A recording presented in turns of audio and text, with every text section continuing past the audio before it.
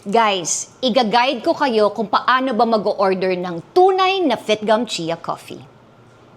Guys, if you see the purchase link, click that. At kapag na-click nyo na yan, ito na ang makikita ninyo. Ang image ni Rosemar. And then, scroll down lang at makikita nyo na yung kanilang mga combos.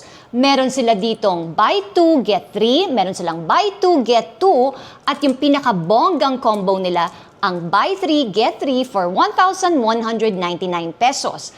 At pagkatapos nun guys, syempre, ilagay nyo na ang inyong information. At kapag nagawa nyo na yan, ayan na! Finish order!